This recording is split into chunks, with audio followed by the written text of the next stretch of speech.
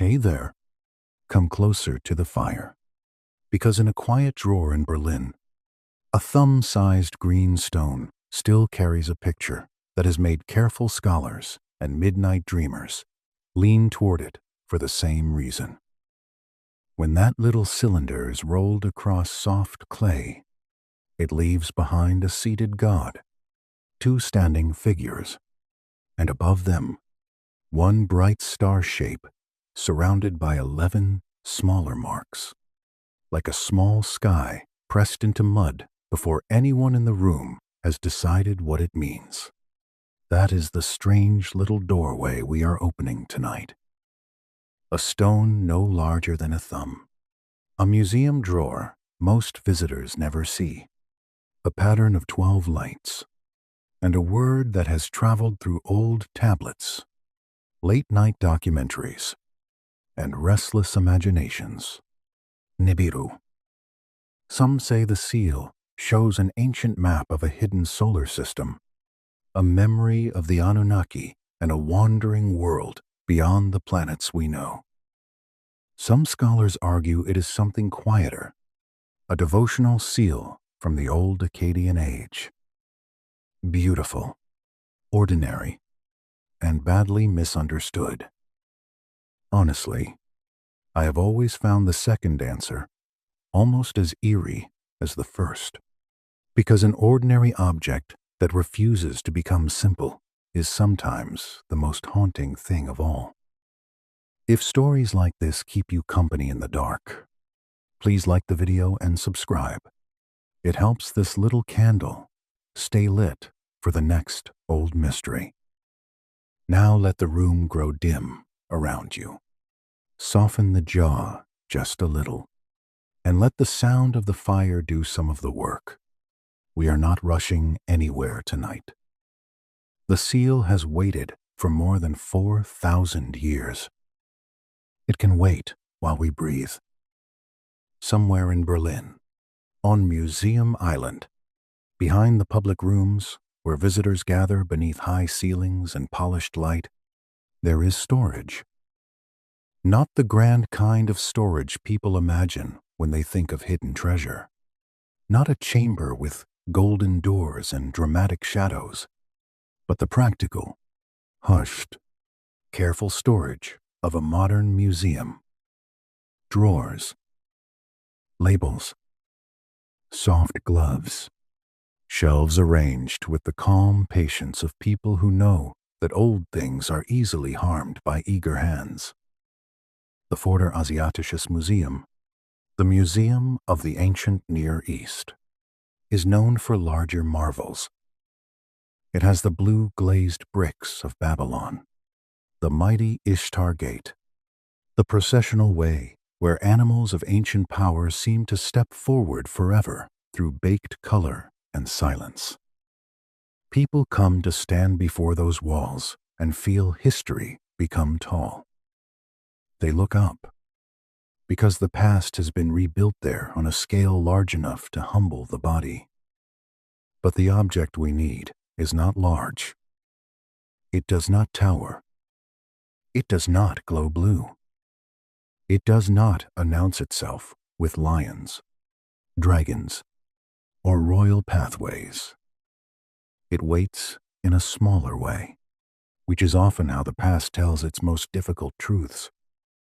The object is called VA243. That name sounds more like a shelf mark than a mystery, and in a way, that is exactly what it is. It is the 243rd item in a collection, a catalog entry, a small cylinder of dark green serpentine stone. It is not much longer than an adult thumb. If you were standing here with me, and if a curator allowed us to see it, we would probably lower our voices without meaning to. Not because the stone is frightening, because it is quiet in the way very old things are quiet. There is a kind of silence that belongs only to objects handled by people whose names are mostly gone. You can feel it in a worn coin, in a broken cup, in a clay tablet with the pressure of a reed still caught inside it.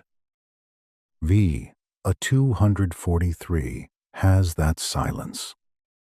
Its surface is smooth in places, faintly worn by hands that once moved through a world of river mud, incense smoke, temple steps, and sealed jars of grain. It is cool in the imagination, green-black, small, polished by time and touch. And yet the smallness is misleading, because the point of a cylinder seal was not only what it looked like in the hand. Its hidden image lived in reverse, carved into the curved surface, waiting for pressure. The artisan who made it cut the scene into stone as a negative, a backwards little world. Only when the seal touched damp clay and rolled forward did the image arrive correctly, raised and complete, like a dream remembering its shape. Picture the clay, not dry brick, not hard tablet, but soft clay, cool and yielding, still holding the breath of river water. A hand places the seal at one edge. The thumb presses gently. The cylinder begins to turn.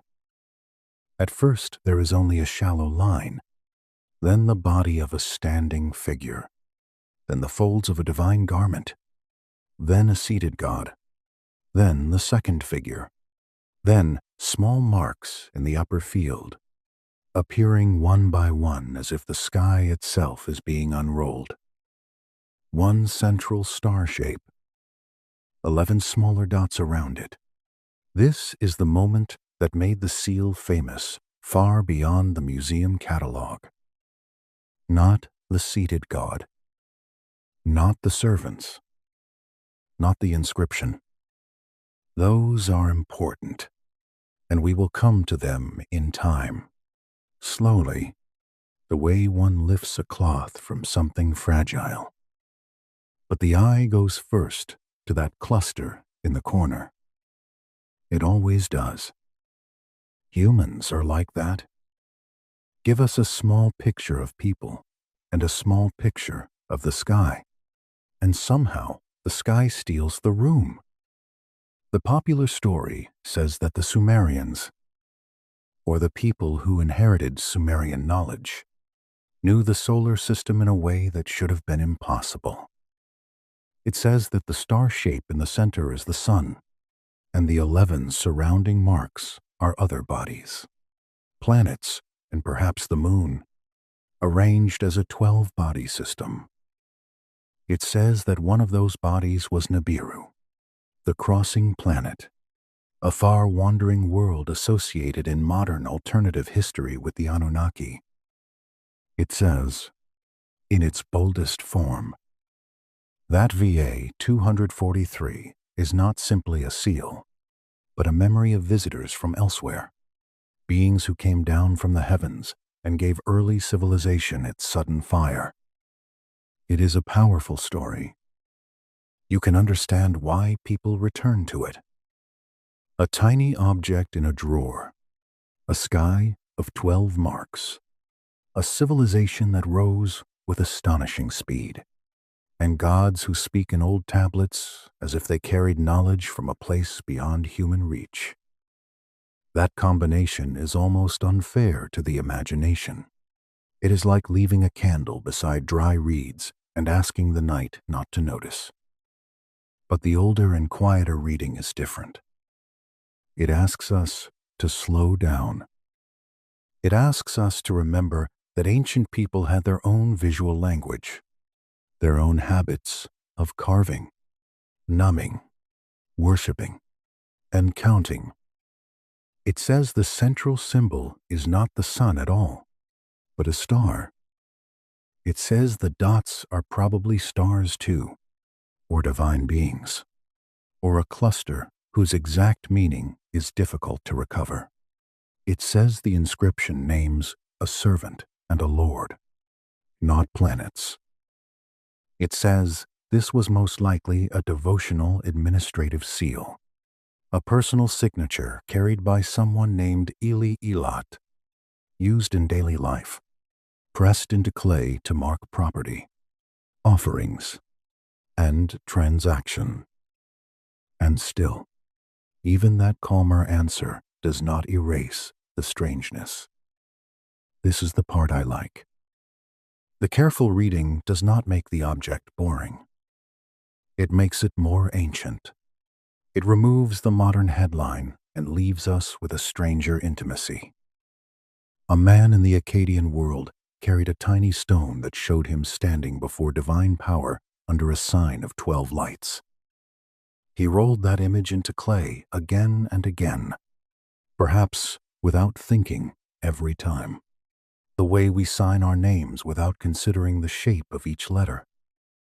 And every time, his small act of business became a little ceremony. A jar sealed, a tablet marked, a transaction completed, a prayer repeated. The fire beside us shifts softly. In the room, candle, smoke, leans and straightens. Outside, if there is a window near you, the night has its own museum. Hush. It is worth staying with the physical object a little longer before we follow it back into history, because the seal itself teaches us how to listen. It is not a book. It does not explain itself. It does not say, I am a map. It does not say, I am not a map. It gives us marks. Figure, a god on a seat, a servant in devotion, a name, a star, 11 smaller lights. Then it goes quiet again. Modern people often want artifacts to confess. We lean over them like detectives over a reluctant witness. We ask them to settle arguments that began long after their makers died. But the ancient world rarely behaves so neatly. It leaves us clay-hardened by accident, temples buried under their own ruins, broken lists of kings, myths copied by students, fragments of hymns, and objects like this one, small enough to lose, old enough to unsettle everyone who finds them. The seal is usually dated to the old Akkadian period, somewhere around 2300 to 2100 years before the Common Era. That date is based on style, because the object was acquired by the museum rather than excavated from a recorded archaeological layer. That detail matters. It is not dramatic, but it matters. We do not know the exact room, tomb, archive, or rubbish pit from which it came. We do not know what lay beside it.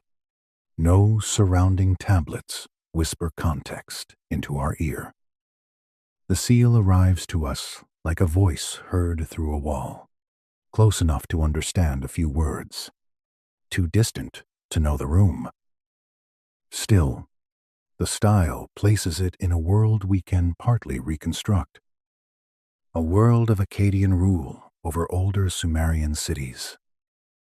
A world where scribes learned signs by copying them in clay.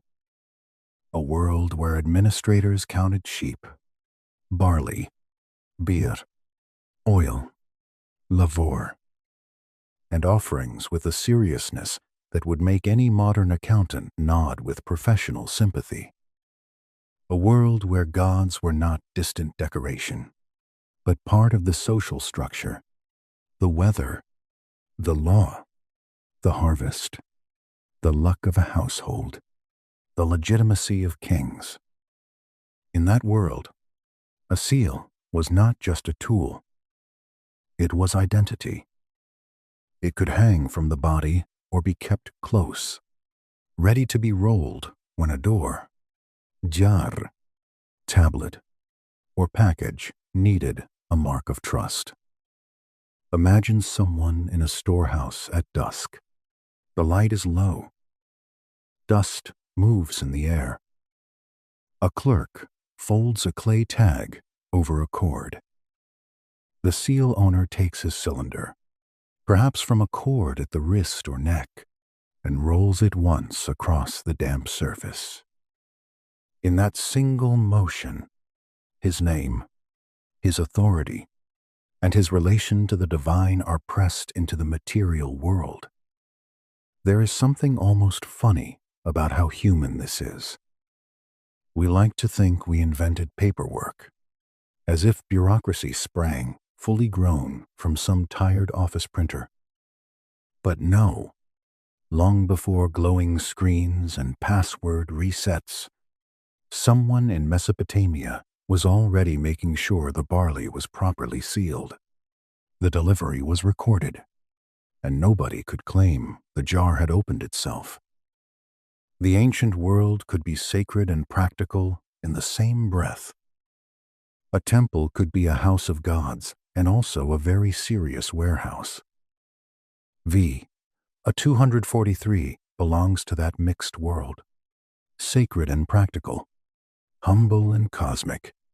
Its owner may never have imagined that strangers thousands of years later would enlarge its impression, point at the upper corner, and argue about the limits of ancient astronomy. He may have cared that his seal worked, that his name was known, that his patron was honored, that the gods saw him. And yet here we are. The story begins, then, not with certainty, but with a small image that has gathered many certainties around it. Some are too confident. Some are too dismissive. The seal invites a slower road. It asks us to walk backward from Berlin to Mesopotamia, from museum storage to river mud, from a catalog number to the hands that carved and used the stone. It asks us to learn the language of its world before deciding whether it is whispering about planets. So let the drawer close for a moment, gently, without a sound. Let the little cylinder rest again in the dark, surrounded by careful labels and sleeping air. Outside the museum, Berlin continues with its traffic, its windows, its late trains, its ordinary, modern breathing. But beneath this ordinary night, another landscape begins to rise. A flat land, a hot land, a land with almost no stone and little timber, where two rivers carried both life and danger through the plain. A place where people learned to make houses from mud, temples from mud, tablets from mud, and memory from the same damp earth beneath their feet. The seal came from that kind of world, not from marble halls, not from mountain kingdoms, from clay. And clay, when held long enough by fire, remembers.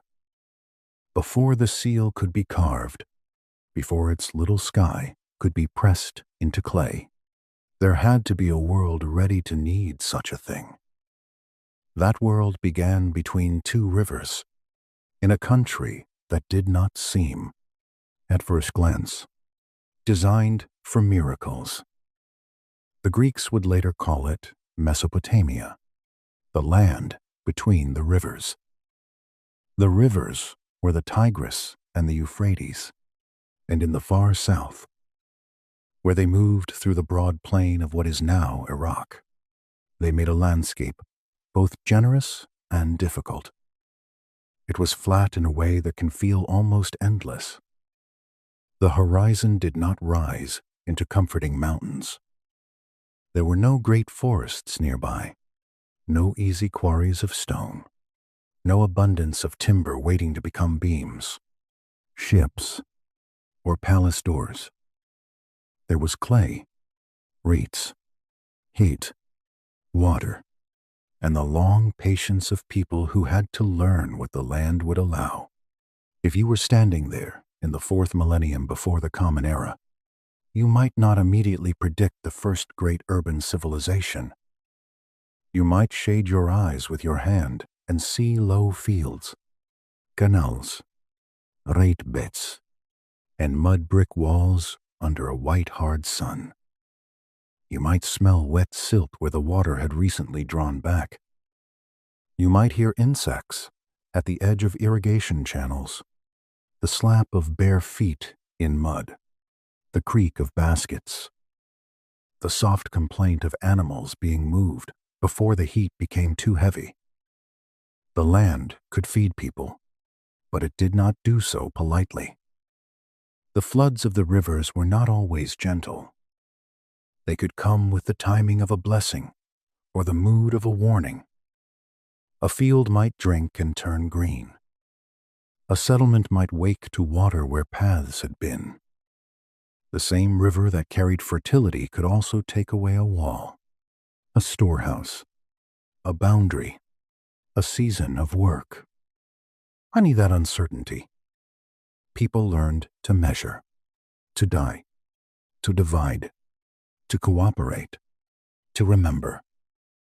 I have always found it strange that some of the first cities rose not from ease, but from negotiation. The land did not say, "Come, everything is ready." It said, "Come if you can manage water. Come if you can plan together. Come if you can count.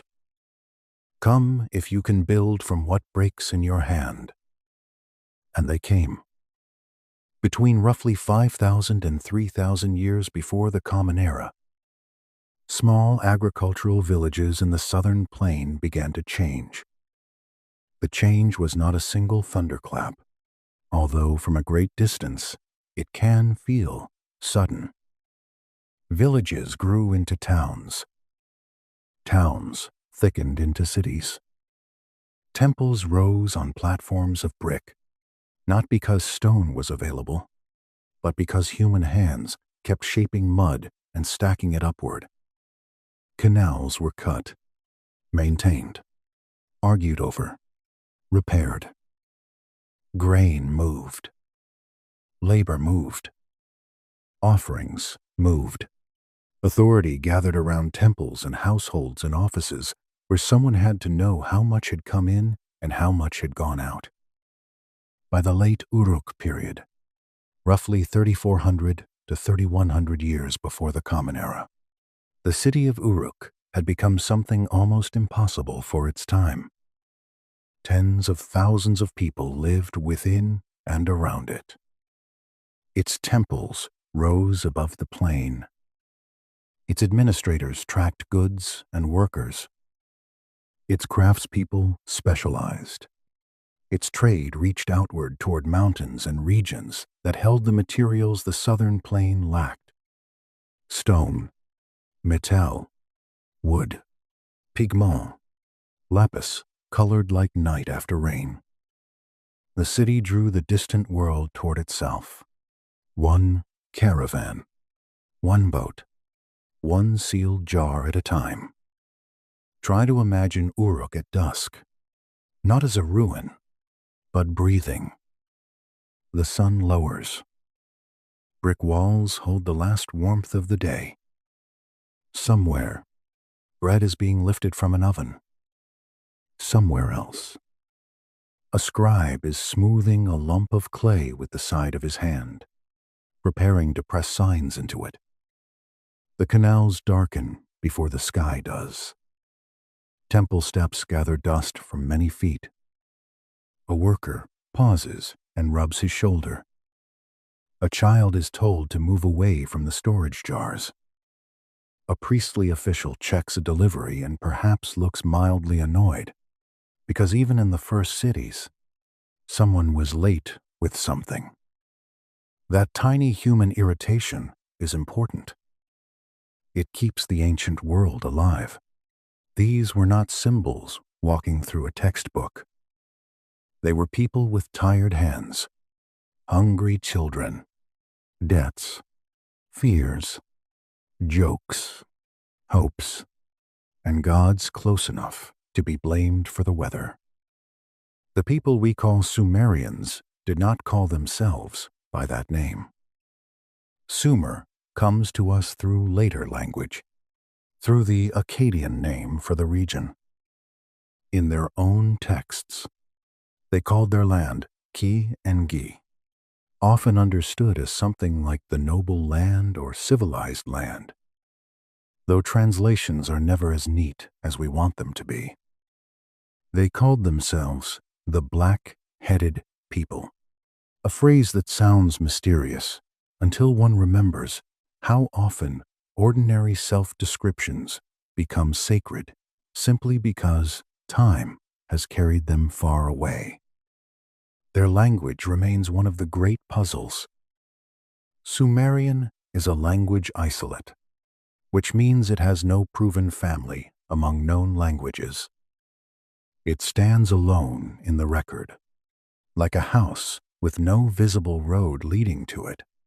Scholars have looked for relatives, neighbors, ancestors, cousins. The language remains itself.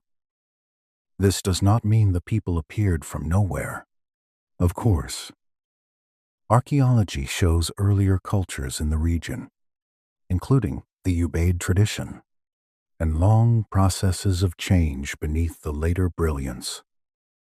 But the emergence of Sumerian civilization, as we recognize it, is still not explained by one simple cause. That is one reason alternative stories find room to grow. A civilization seems to rise quickly. It has writing, cities, gods with deep personalities, a number system that still touches the way we count time, and myths in which divine beings bring or guard the principles of civilization. It is not hard to see why some people feel a hidden hand behind the curtain. But careful history asks us to hold two feelings at once: wonder and restraint. The rise of Sumer was astonishing. It was also human, environmental, social, agricultural, and deeply tied to the muddy demands of the river plain. What they left behind is astonishing enough without needing it to be easy. They left writing. At first, writing was not poetry. It was not kings boasting in polished lines. It was not myth. It was accounting. So many sheep, so much barley, so much beer, so many workers fed, so many measures moved from one place to another. It is almost charming, in a dry little way, that one of humanity's great intellectual revolutions began because somebody needed a receipt. The first written marks were not trying to explain the stars. They were trying to make sure the grain did not disappear into the fog of memory. But once a culture learns to write, memory changes shape. A spoken promise can fade. A tablet can sit in a room and wait. A hymn can be copied. A law can be repeated. A list of kings can stretch backward into impossible lengths. A myth can survive the death of the singer. A student can learn by pressing old signs again and again into new clay, hand after hand, generation after generation. Clay made this possible. In a land without much stone or timber, clay was everywhere. It became walls. It became bowls. It became tablets. It became the surface on which gods, workers, kings, and accounts could all be placed in rows of signs. And clay has a strange loyalty. Soft clay accepts a mark. Dried clay keeps it for a while. Fired clay keeps it for ages.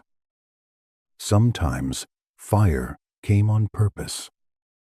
Sometimes it came as disaster.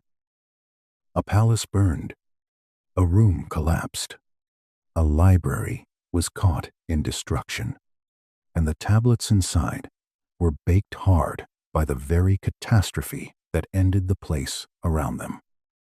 There is a dark tenderness in that. Catastrophe becoming preservation. Flame turning paperwork into memory. The ancient world losing a building and accidentally saving a library. Thousands of years later, excavators would dig into mounds that looked at first like ordinary rises in the land. Beneath them lay walls, tablets, seals, broken vessels, floor levels, ashes, and the compacted traces of lives that had become Earth. In the 19th century, European scholars, diplomats, and excavators began to open the great mounds of Mesopotamia in earnest. Names like Nineveh and Nimrud came back into modern speech with dust still clinging to them. Winged bulls were uncovered. Palace reliefs emerged. In the ruined library of the Assyrian king Ashurbanipal, thousands of tablets were found, preserving myths, omens, medical texts, astronomical observations, royal records, and older traditions copied into later script. Those tablets were not Sumerian in the simplest sense, because many belonged to later Assyrian and Babylonian worlds. But Mesopotamian culture had long memory. Babylon inherited from Sumer. Akkad absorbed, translated, transformed. Later, scribes copied older stories. Gods changed names but kept shadows of older faces. A text written in one age might carry bones from another. The decipherment of cuneiform was its own slow miracle. Scholars compared inscriptions, signs, royal names, repeated phrases. They worked from multilingual inscriptions and patient pattern recognition. There was no single moment when the ancient Near East suddenly spoke again.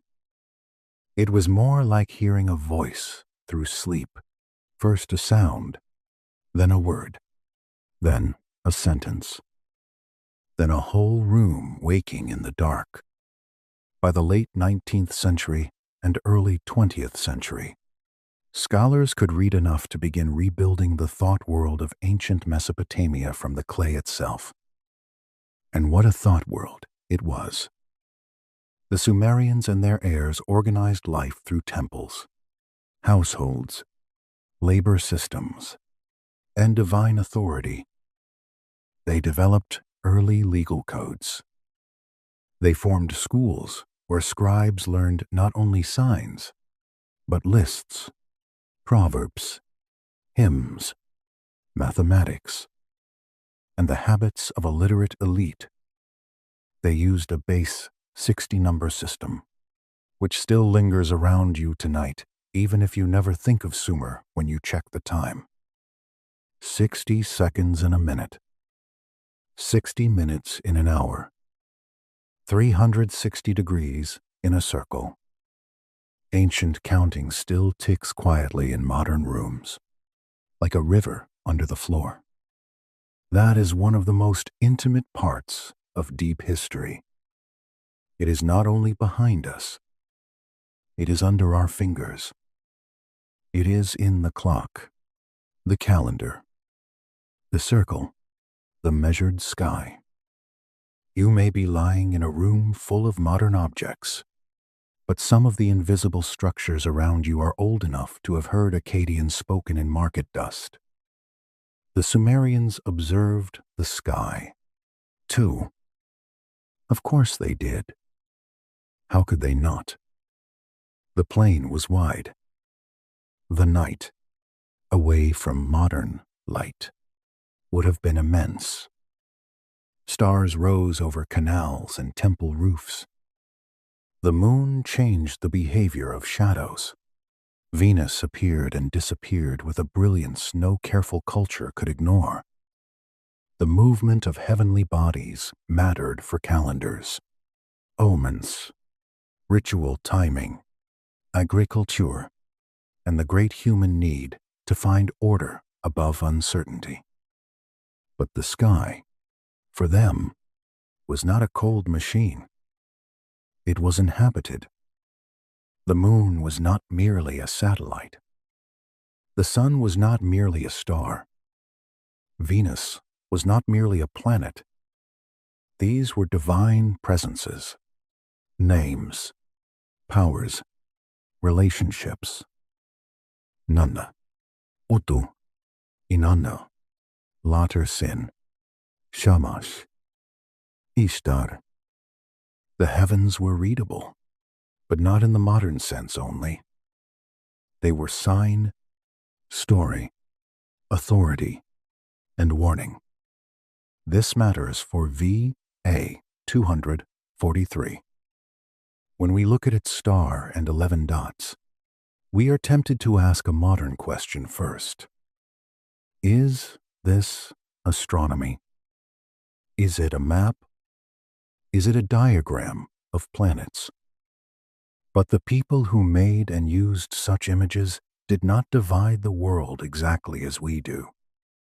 A star could be a star, and also a goddess, and also a sign of divine presence. A planet could be a wandering light, and also the visible form of a god. A number could be practical, sacred, administrative, and cosmic at the same time. The modern mind likes separate drawers. The ancient mind often placed river water, grain counts, divine decrees, star signs, and royal power into one woven basket. Messy, yes, but alive. So when the little seal in Berlin shows a presentation before a god under a cluster of 12 marks, it is not enough to ask whether the image resembles a schoolbook solar system. We must ask how Mesopotamian images worked. What did a star mean in that visual language? What did dots mean? What did it mean to stand before a seated deity? What did it mean for a human name to be carved beside divine symbols? What did it mean to carry that image against the body and press it into clay whenever the world required proof? The answer begins with daily life, with counting, with sealing, with the strange marriage of bureaucracy and worship. Imagine, again, the river plain, morning mist low over irrigation channels, a man walking toward a storehouse with his seal close at hand. The path is packed earth. His robe brushes his ankles. The air smells of damp clay, animal hide, old strav, and the faint sourness of beer being brewed somewhere nearby. He may not be a king. He may not be a priest of great rank. He may simply be someone whose identity must be recognized in transactions. Someone whose mark matters. At the storehouse, clay is ready. Not much. Just enough to close, fasten, or label. He takes the cylinder. Perhaps he has done this many times. There is no dramatic music. No gasps. A person nearby may be thinking about lunch. Yet the seal image is solemn. A worshiper before a god. A servant before power. The upper field filled with a celestial sign. The ordinary act becomes a small repetition of cosmic order. That is the texture we need to keep. Not spectacle only. Texture. the soft scrape of clay, the pressure of a thumb, the slight turn of the wrist, the way an image appears and then stays, drying slowly in air. Before VA 243 became a famous object in arguments about Nibiru, it belonged to this world of small pressures and repeated gestures. It came from a civilization that built height from mud, permanence from accident, and memory from marks. Its mystery is not floating in empty space. It is rooted in river silt. This is why we began with the land. Because the seal is not only a possible sky, it is also Mesopotamian clay speaking through a Mesopotamian object. If it carries a secret, the secret is wearing local clothing. It is carved in the grammar of its time. And now, as the fire lowers a little and the room grows more still, we can move closer to that grammar. We have seen the rivers. We have watched the cities rise. We have felt the clay accept names, numbers, prayers, and losses. The next step is smaller, almost intimate. We follow the cylinder seal into the hand, into the workshop, into the world of carved signs that could turn one small stone into a signature, a prayer, and perhaps, if the night is willing, a tiny map of the divine order. The next world is small enough to fit inside the closed hand. After the rivers, after the canals, after the mud brick temples and storehouses, we come down to the size of a thumb. A cylinder seal looks almost modest when you first imagine it. A little stone tube, a drilled hole through the center, a curved surface carved with figures so small that the modern eye wants to lean closer, then closer again, until breath almost touches the object. There is no thunder in it, no grand gate, no army, just a tiny rolling stone, patient as a seed. Yet in ancient Mesopotamia, a seal could speak with the authority of a person. It could say, "This jar belongs to this house." It could say, "This delivery has been witnessed." It could say, "This door was closed under someone responsible." It could say, "This man serves this God, this office, this Lord, this order of things." A seal did not shout. It pressed. Imagine the seal maker at work in a room lit by oil and day, depending on the hour. The workshop is not silent, because old work is rarely silent. Somewhere outside, someone is calling over an animal. A child passes too near the doorway and is told to go elsewhere. Reeds brush against a wall. A pot is moved, and clay dust rises in a thin little ghost. The artisan sits with the stone near his lap, turning it slowly between fingers that know patience better than most of us do. The material might be serpentine, steatite, lapis, jasper, carnelian, whatever the buyer can afford and the trade routes have brought. The stone of the Berlin seal is dark green serpentine, modest, smooth, almost shy. It does not glitter like royal treasure.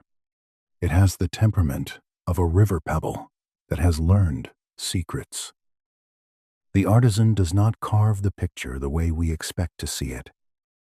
He cuts it backward. He works in the negative.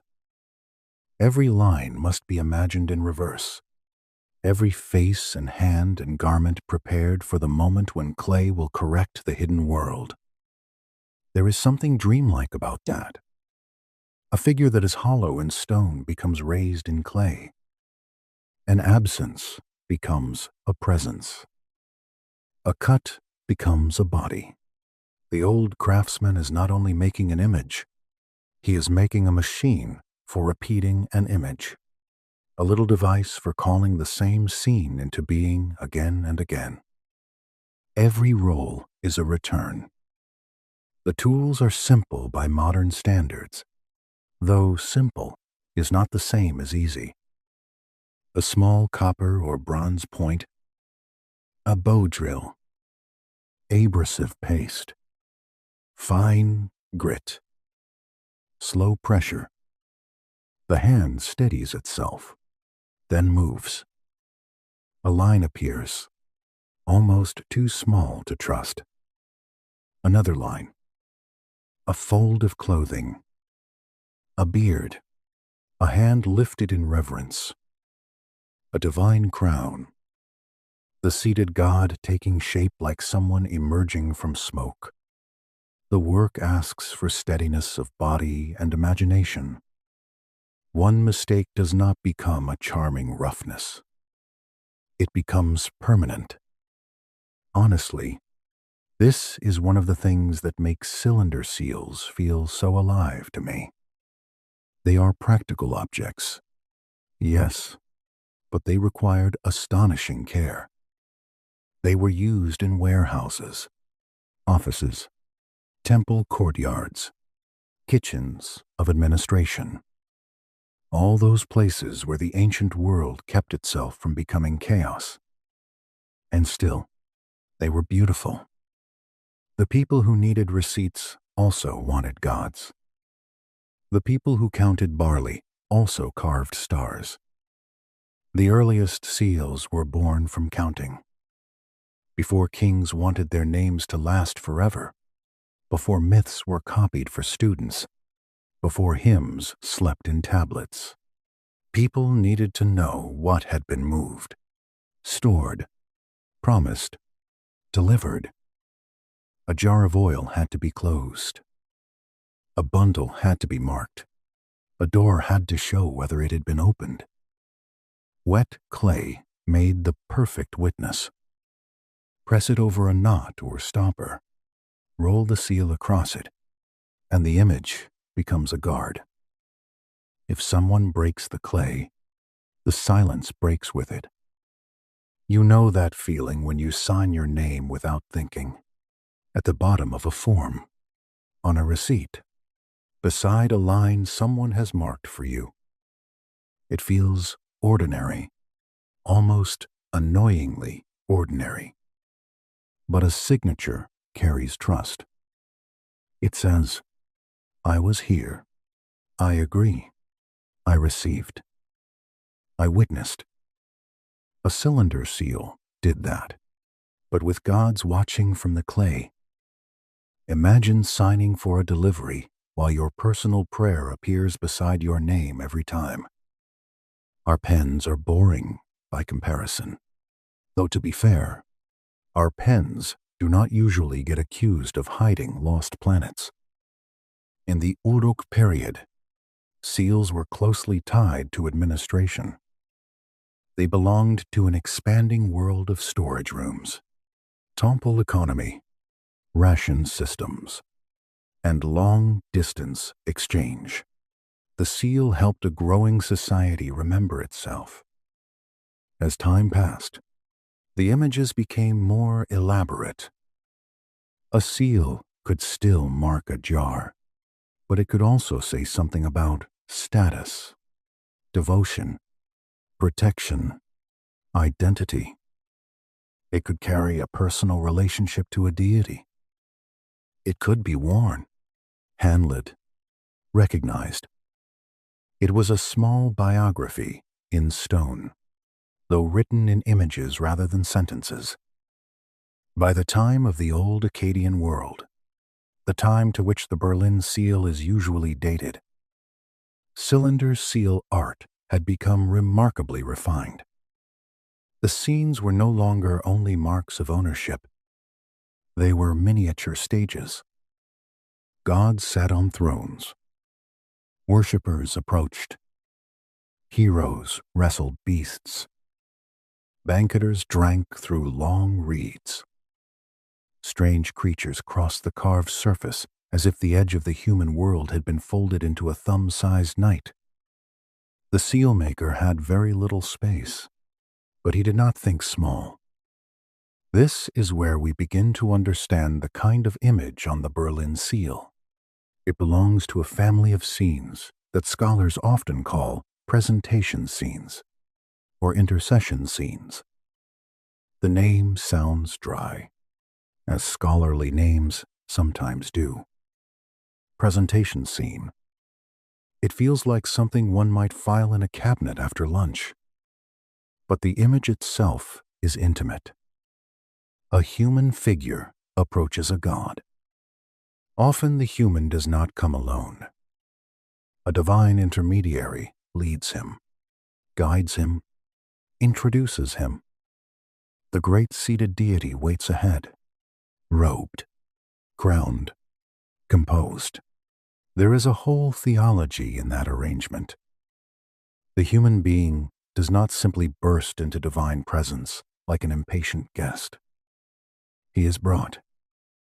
He is shown. He needs a mediator, a hand extended from one level of reality to another. The gods are near enough to be depicted, but distant enough to require passage.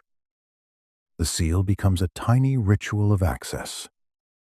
Each time it rolls, the owner is once again presented before power.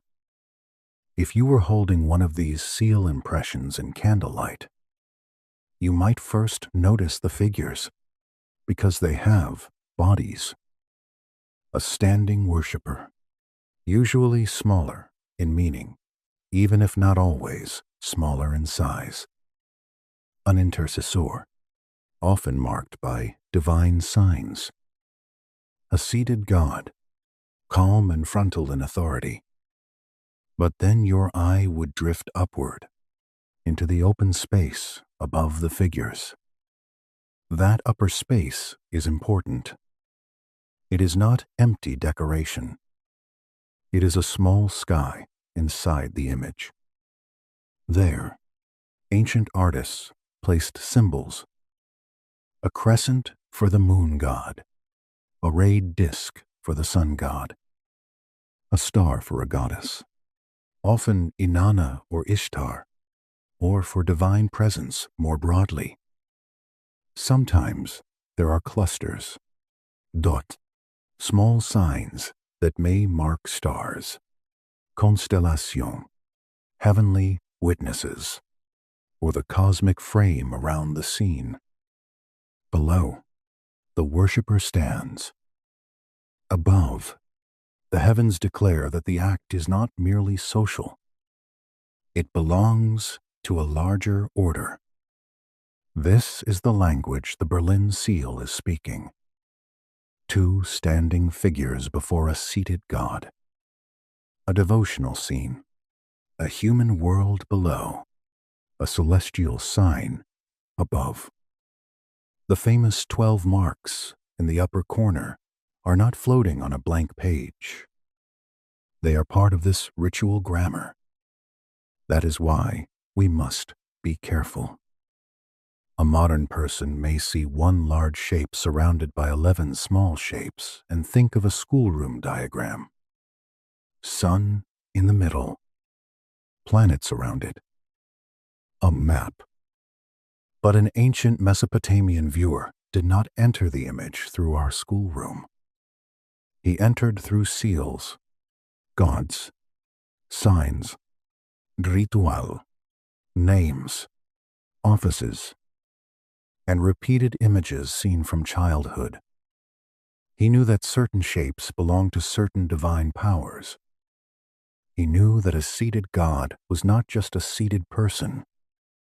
He knew that the upper field was where the sky touched the scene. And still, the image is unusual. This matters too. The careful reading does not ask us to pretend there is nothing special here. Most presentation seals do not show exactly one large star shape with 11 smaller dots around it. The Berlin seal has a particular strangeness. It is not enough to say, seals often had stars. Then walk away. That would be like saying a locked door is only wood. True, perhaps, but not the whole reason we are looking at it. The seal sits between the ordinary and the exceptional. Its format is ordinary. Its type is known. Its use was probably administrative and devotional. Its inscription, as we will hear soon, is plain. But the cluster of lights in the corner is not plain. It has gathered argument around itself because the number feels deliberate. 1 and 11. 12 in all. A shape that can be mistaken for a sun, surrounded by marks that can be mistaken for planets. Or perhaps a star, surrounded by other stars. Or perhaps a presiding divine sign, surrounded by the rest of a council. Let us stay for a moment with the act of rolling. It teaches the rhythm of the seal better than any argument can. A man takes it in his hand. The clay waits. He lowers the cylinder. There is a breath before contact. That tiny pause every hand makes before doing a familiar thing. Then pressure. The stone turns. The seated god appears first, or perhaps the standing figure, depending on where the roll begins. The image does not arrive all at once. It unfolds through motion. The divine scene enters the world gradually, as if time itself is needed to reveal it. That slow appearance is a good way to treat the mystery, too. We should not demand that all 12 marks explain themselves in the first glance. We let them roll forward. First, the object. Then the civilization. Then the type of seal. Then the inscription. Then the iconography of sun and star. Then Nibiru. Then the Anunnaki. Then the number 12, returning like a quiet footstep down a long corridor. If this were only a debate about a dot pattern, it would not hold us for long. But it is really about the edge of knowledge. How much did ancient people know? How did they organize what they knew? What happens when myth, observation, and devotion share the same symbol? What do we do when a small object looks like it is saying something that the rest of the evidence refuses to say clearly? The fire has lowered, and the room feels a little closer now. The seal maker has finished his work in our imagination. The stone has passed from workshop to owner. The owner has carried it through daily life, perhaps at his waist, perhaps at his wrist, perhaps tucked safely away. The image has been pressed again and again into clay, and each impression has dried, broken, been buried, lost, or found. Some impressions vanish. Some tablets survive. Some objects travel through markets and collections until they reach drawers under museum light. A seal that once belonged to one person becomes a question for thousands. Now the question narrows. The picture has spoken in the language of figures and signs. But on the Berlin seal, there are also words. 3 short lines of cuneiform, carved into the same small world. If there is a hidden proclamation about planets, perhaps the writing would tell us. If the object is a servant seal, perhaps the writing would say that too. So we lean closer, not to the star yet, not to the 11 dots, but to the marks beside the figures. Tiny wedges. Anum. Another name.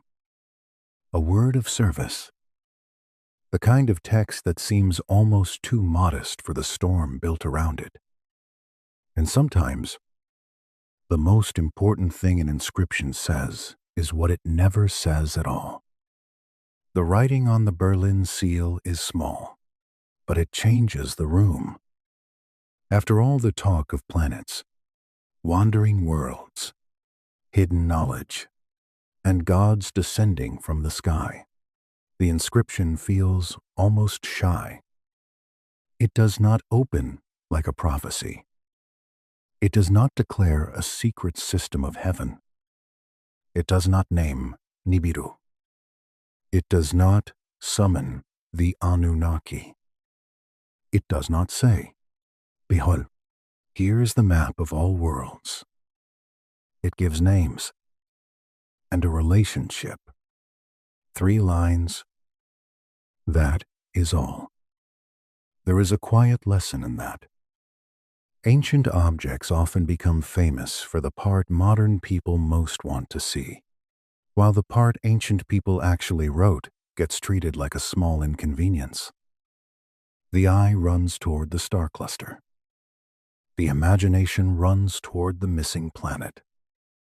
The inscription waits beside the figures like a patient clerk, clearing its throat very softly. The seal was formally published in the 20th century by the German scholar Anton Mordgat, who catalogued West Asian cylinder seals.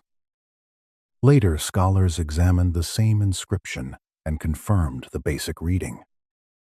The first line gives a personal name, usually rendered as Dupsiga. The second gives another personal name, Ili Ilat. The third gives a phrase meaning your servant, or perhaps his servant, depending on the reading. The sense is not far apart. A person is named in relation to a superior power, a lord, a patron, perhaps divine, perhaps framed through devotion. Tupsiga, Ili Ilat, your servant. That is the whole thunderclap. I say that gently, because there is a kind of humor in it. After decades of cosmic argument, after all the diagrams, books, videos, forums, late-night claims, and breathless retellings, the words on the most famous little seal in the debate are basically saying, "This is Ili Ilat, servant of Dubziga." Ancient bureaucracy walks into the room wearing a sacred robe and calmly ruins the fireworks. But not completely. That is the important part. The mainstream reading begins here. The seal belonged to a man named Ili Ilat. It identified him and his devotional relationship to a lord or patron named Dubsiga. It was used, like many other seals of the old Akkadian period, as a personal and administrative mark, pressed into clay in daily transactions while carrying a religious scene. The owner stands, or is represented as standing, before a seated deity. A divine intermediary may present him. The inscription supports the idea of service, devotion, and identity. This is not a strange formula for the time. Many Akkadian seals carry names, titles, and phrases of service. A seal could be a signature and a prayer. The image and the text work together, not always by explaining each other directly, but by placing a human life under divine order. A man might use his seal to close a jar of grain, yet the image might show him seeking favor before a god. The practical act and the spiritual act were not enemies. They shared the same clay. Still, the silence matters. There is no line saying sun, no line saying planets, no line saying the crossing planet, no line saying 12 worlds, no line saying the gods came from a distant body. For the boldest solar map theory, this is a problem. Not a tiny problem, like a loose thread on a robe. A real one. The writing is the one place where the ancient owner could have named what the image meant, and what survives does not point us toward astronomy. Some supporters of the alternative reading answer that images and words on seals do not always do the same job. They are right in principle. A seal inscription might name the owner, while the image expresses myth, status, devotion, or cosmic setting. The text might be ordinary, while the picture carries a broader symbol. The lack of astronomical words does not, by itself, prove the image is not astronomical. The ancient world loved layered meaning.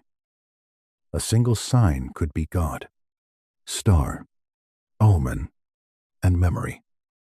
So we cannot stop at the inscription and close the drawer too quickly. The silence weighs heavily, but it does not weigh alone. The next question becomes visual. If the words do not name the sky, the image must carry the burden.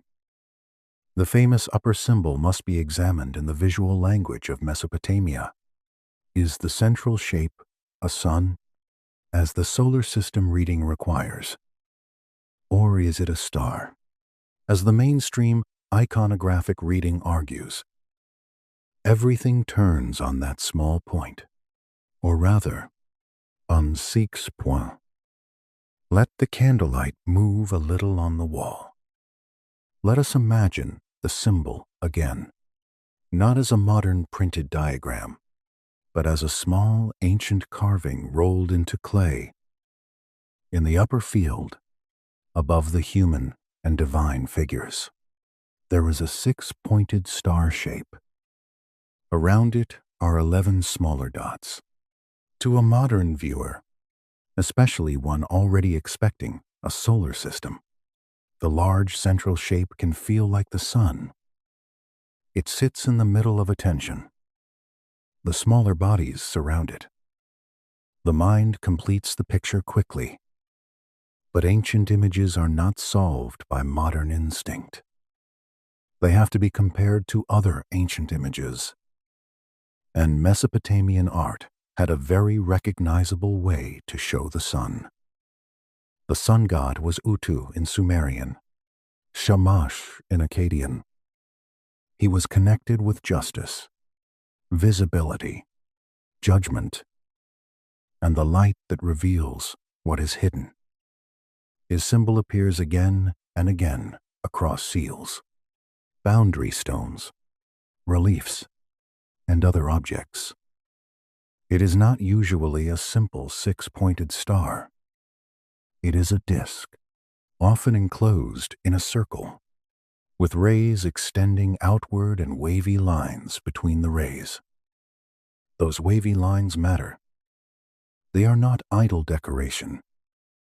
They suggest shimmer, heat, radiance, the trembling brightness of light in the desert air. Picture it softly.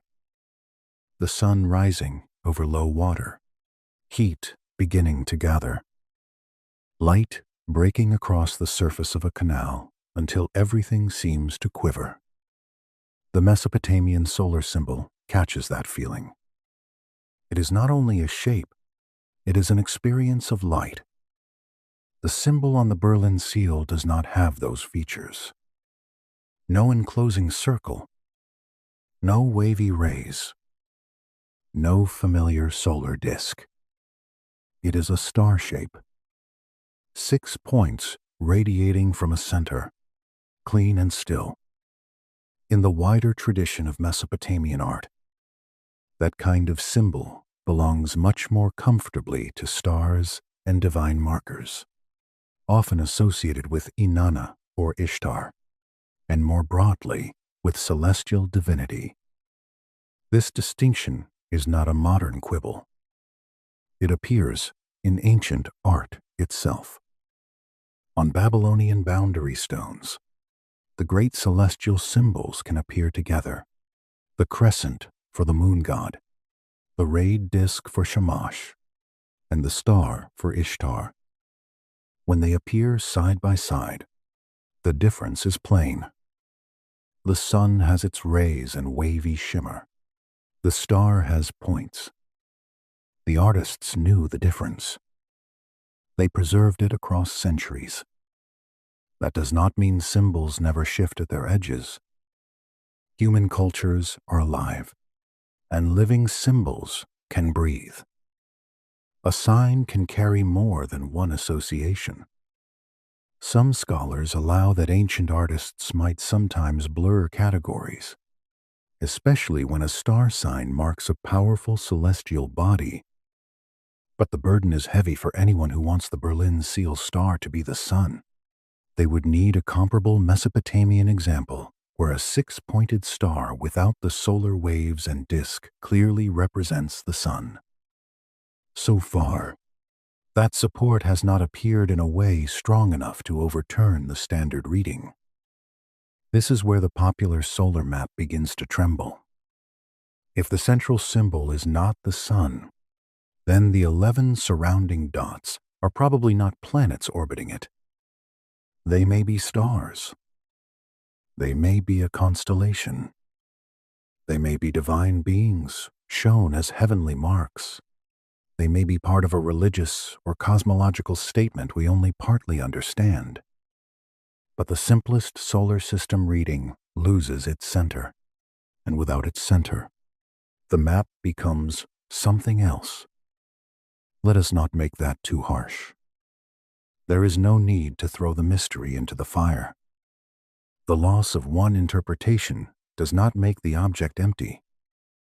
In some ways, it gives the object back its own night sky. Mesopotamian star signs were not flat decorations. The heavens were alive with divine order. The star of Ishtar could be Venus, but Venus was also a goddess. A group of dots could suggest stars, but stars could be gods, witnesses, astasio, omens, members of an invisible assembly. The ancient sky was crowded with meaning. It did not have to become a modern orbit chart to be profound. The surrounding dots invite their own question. Why 11? Why not 7? The familiar number often tied to the Pleiades in Mesopotamian art. Why not 3? For the great triad of celestial signs. Why not a scattered field of ordinary stars? The number feels deliberate, even if its meaning is debated. One central star with 11 around it makes 12 total, and 12 is not a quiet number in Mesopotamian thought. It echoes through months, divine councils, measurements, calendars, and the inherited structure of time itself. But we are not ready to enter the number yet. First, we must understand how dots behaved in Mesopotamian art. Scholars have long studied groups of dots and star clusters across seals and boundary stones. The Pleiades, that small cluster in the constellation Taurus, was especially important to many ancient skywatchers. It is visible to the naked eye as a delicate gathering of lights, sometimes 6, sometimes 7, depending on sky, season, and eyesight. Mesopotamian art often represented it as a group of dots, sometimes in a ring or cluster, later sometimes as small stars. Adot, then could be a star. A cluster of dots could be a star cluster. That sounds simple, but it matters greatly. If a seal shows a large star with smaller dots nearby, there are known traditions that make a stellar reading natural. The Berlin seal has more dots than the standard Pleiades group, so we should not pretend the answer is settled. But the visual family is closer to star imagery than to planetary mapping. The dots may represent a constellation we cannot identify. They may represent a non-standard star grouping. They may represent a divine assembly rendered as lights around a presiding star.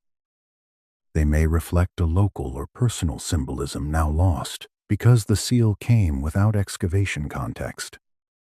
What they most likely do not show, on the current weight of evidence, is a scientifically accurate arrangement of planets around the Sun.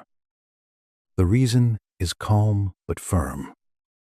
There are no orbital paths, no meaningful distances, no size pattern matching the planets, no inscription identifying the bodies, no supporting astronomical text from the Sumerian or Babylonian record saying there were 12 planets known in such a system.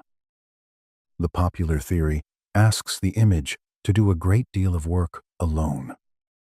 And yet, here is the soft unease that remains. The seal is not typical. The cluster is not random. The number 12 keeps breathing at the edge of the scene. Even when the sun becomes a star, and the planets become stars or gods, the arrangement remains meaningful. It may not be a solar system map, but it may still be a kind of cosmological diagram. A small representation of divine order, 1 presiding power and 11 surrounding powers, pressed into clay beside the act of worship. If you were Eli Ilat, carrying this seal, perhaps that mattered more than any map. Perhaps the upper symbol said, "You stand before your God under the witness of the whole divine order." Perhaps it said, "Your small transaction is not outside the cosmos." Perhaps it said, "Service below is mirrored by order above." A jar sealed in clay, a God seated in heaven, a star surrounded by 11 lights. That is a powerful idea, quieter than aliens, but not small. The inscription has given us names and service. The iconography has given us a star, not a sun. The dots have begun to look less like planets and more like stars, deities, or a heavenly assembly. The solar map is not proven.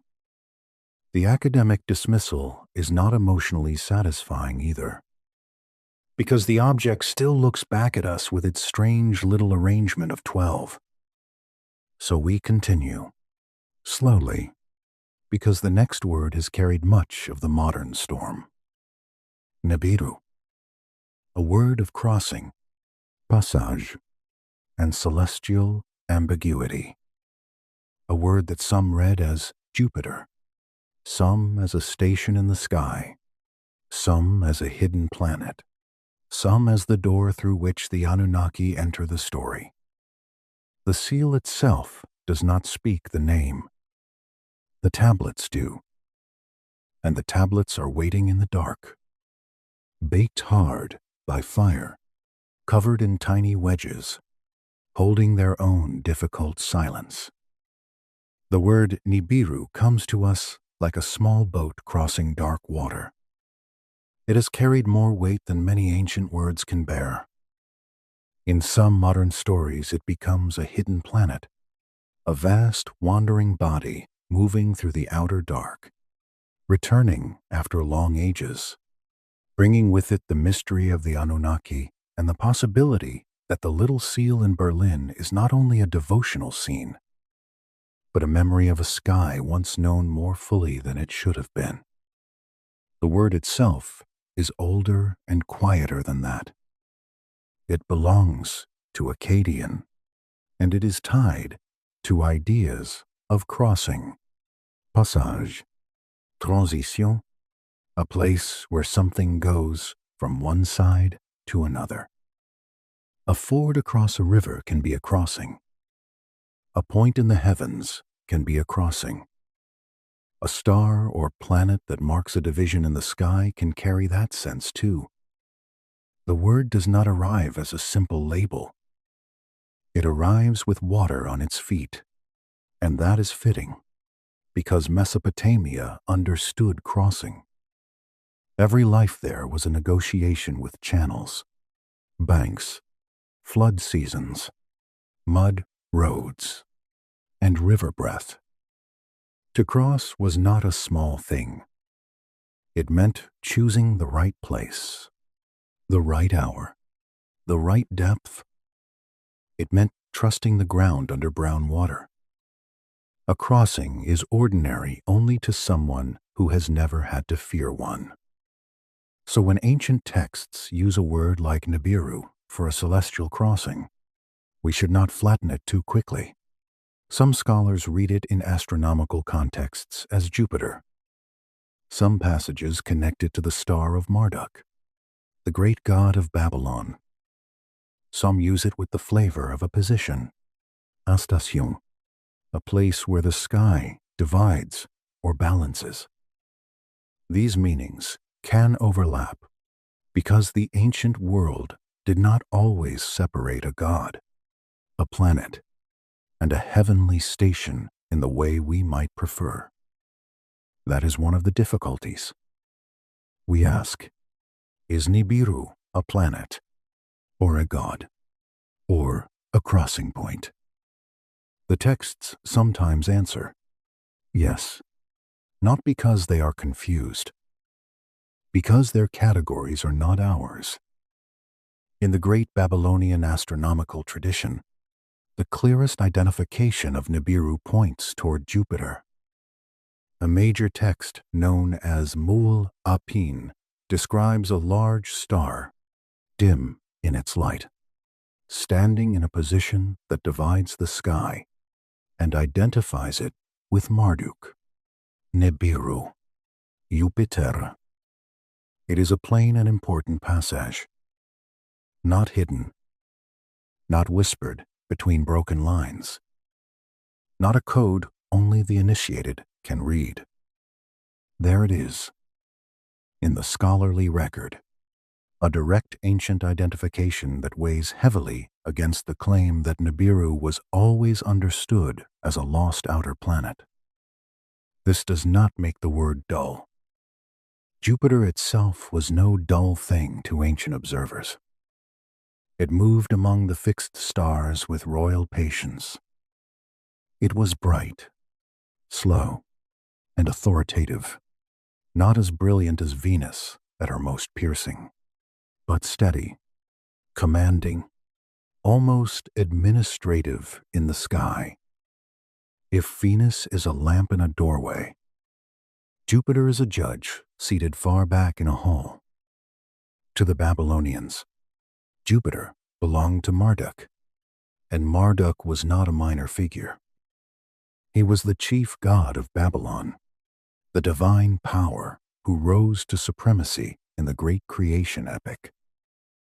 When Nibiru becomes the station of Marduk, or the star of Marduk, it is already cosmic. It does not need to be a hidden planet to matter. It marks order, authority, a crossing where the divine arrangement of heaven becomes visible. Still, the alternative reading has its own magnetism. Zecharia Sitchin argued that Nibiru was a 12th planet, a crossing world with a long orbit, a home of the Anunnaki, whose knowledge of the solar system came down into Sumerian civilization. In that reading, the seal in Berlin becomes visual proof. One central body, 11 smaller bodies, 12 in total. The ancient word of crossing becomes the name of the missing world. The gods of old tablets become visitors. The sudden rise of cities becomes evidence of a transmission. It is a complete story. That is why it survives. People are not drawn to it only because they want spectacle. They are drawn to it because Sumer itself feels like a door left half open. Writing appears. Cities rise. Mathematics matures. Temples organize labor and time. Myths speak of divine decrees, gifts of civilization, knowledge guarded in watery depths. If you stand too close to all of it at once, the ordinary explanations can feel a little too tidy, like someone sweeping dust under a reed mat before guests arrive. But good history does not survive by tidiness. It survives by evidence. And the evidence from Mesopotamian astronomy is impressive, but also limiting. The people of Mesopotamia watched the sky with extraordinary care. They recorded appearances and disappearances. They tracked the moon, the sun, and the visible planets. They built long series of omens from celestial events. Later, Babylonian astronomers developed mathematical methods of great sophistication, calculating cycles and patterns with a skill that still earns admiration. This was not casual stargazing. This was patient attention over centuries. Imagine scribes on temple terraces, or in schools, or in archives, receiving observations from those who watched the heavens. Night after night, season after season, the clay tablet waits.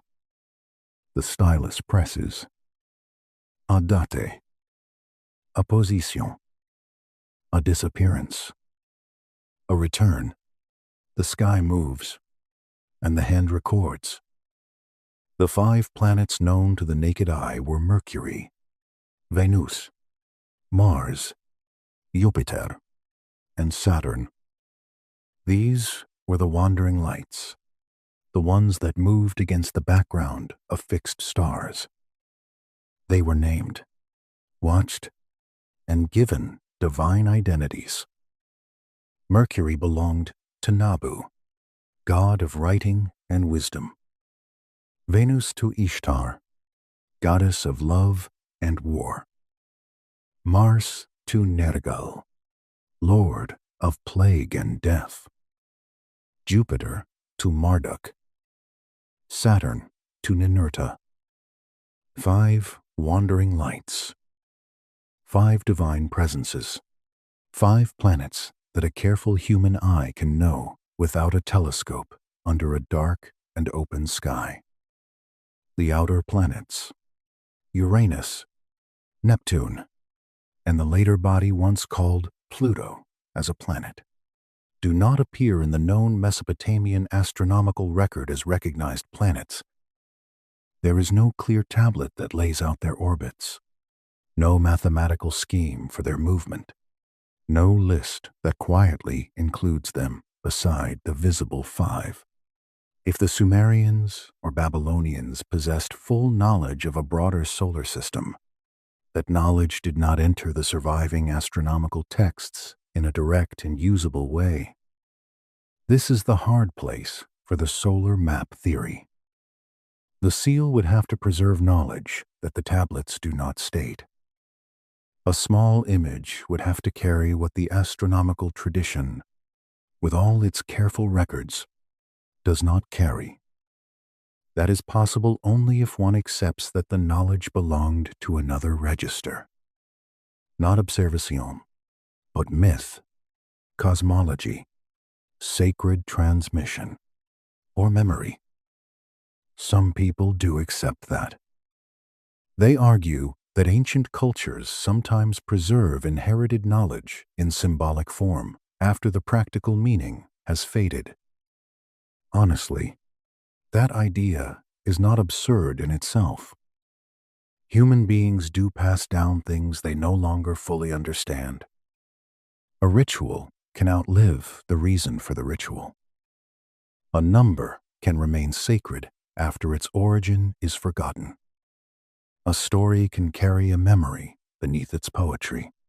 We all inherit words from the dead and use them without knowing every grave they passed through. But a possibility is not the same as proof. And here, the candle should burn slowly, not flare. The little seal does not name Nibiru. The inscription does not speak of planets. The central symbol does not match the known sun symbol of Shamash. The dots do not form a clear orbital pattern. The texts that name Nibiru most clearly identify it with Jupiter or a crossing station associated with Marduk. The astronomical tablets show 5 known planets, not 12. So the strongest evidence keeps bringing us back from a hidden solar system toward a more ancient kind of cosmos. A cosmos where Jupiter can be Marduk, where a crossing point can be divine, where stars can be gods, where the sky is not empty space, but a living order written in light. That may feel like a smaller answer at first, but listen to it in the dark. A civilization lies under dust and clay. Its astronomers watch the night from mud-brick heights. Its scribes press observations into tablets that harden and sleep for thousands of years. Its seal-makers carve stars above worshippers. Its myths speak of gods arranging the heavens and assigning stations. Then a single tiny seal survives, carrying a 12-fold sign that looks familiar enough to tempt the modern mind and foreign enough to resist it. There is nothing small there. What the Nibiru debate really reveals is not only whether an extra planet was known. It reveals the distance between two ways of seeing. Modern astronomy asks where a body is, how large it is, what orbit it follows, what mass it has, what evidence confirms it.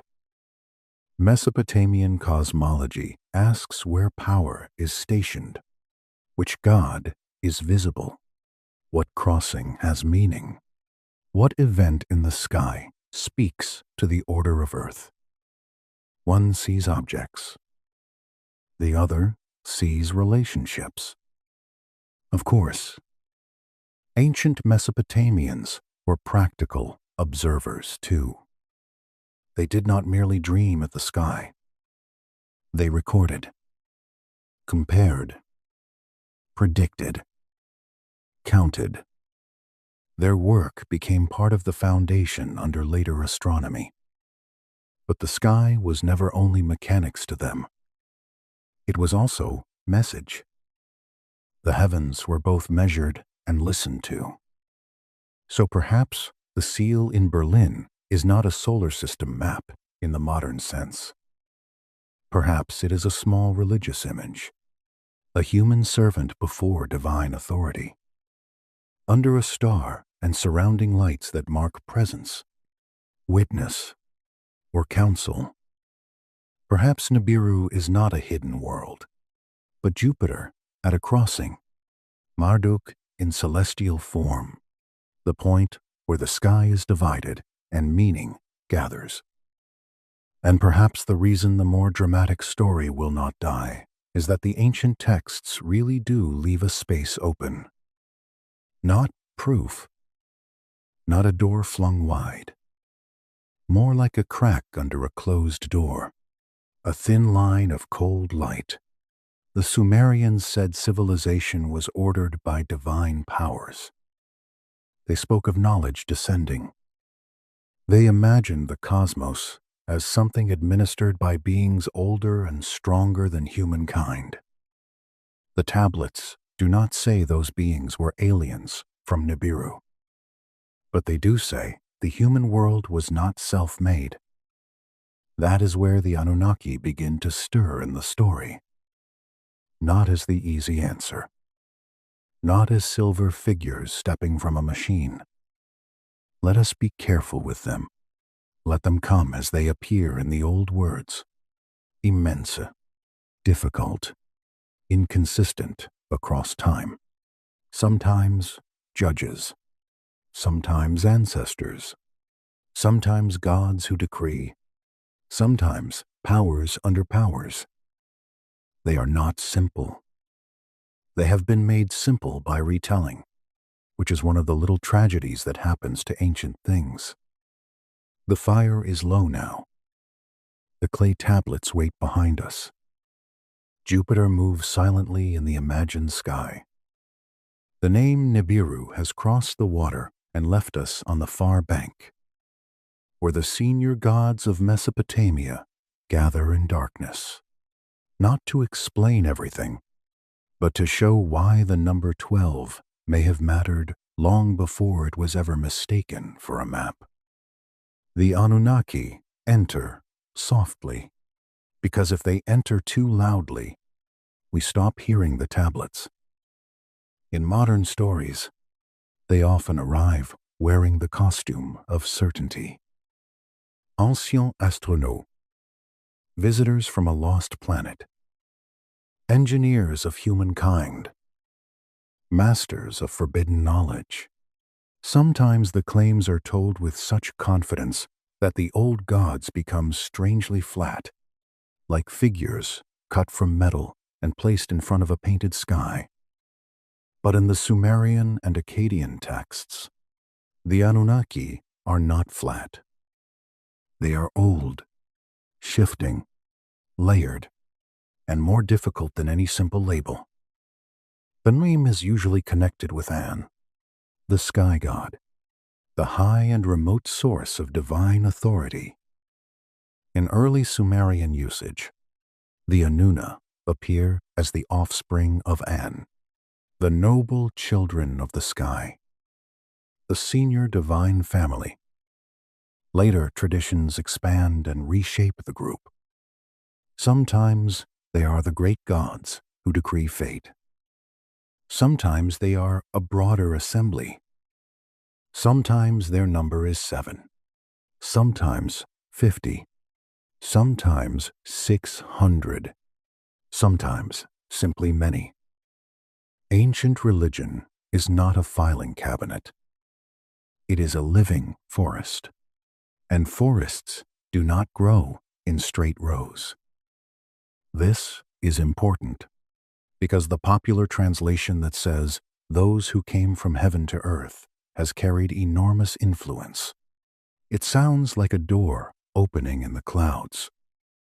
It sounds like descent, arrival, visitation. It is not hard to see how it became the foundation for theories about beings from another world. But the word heaven in Mesopotamian thought does not automatically mean outer space in the modern sense. It can mean the sky, the divine realm, the high region above the earth, the place of the gods.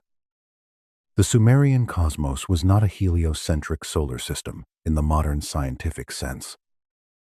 It was layered, earth below the sky, the underworld beneath, the waters of the deep, the visible heavens above, gods moving through stations and stories.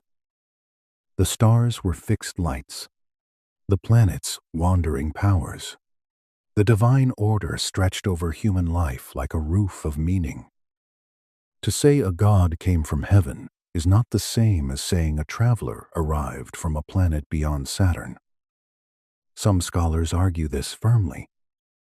The Anunnaki are deities, not extraterrestrials. They belong to myth, ritual, theology, and political imagination. They govern, judge, desire, quarrel, decree, and respond to offerings. They are part of a sacred system in which kingship, agriculture, fertility, death, law, and cosmic order all depend on divine relationships. And yet, again, the careful answer does not remove the strangeness.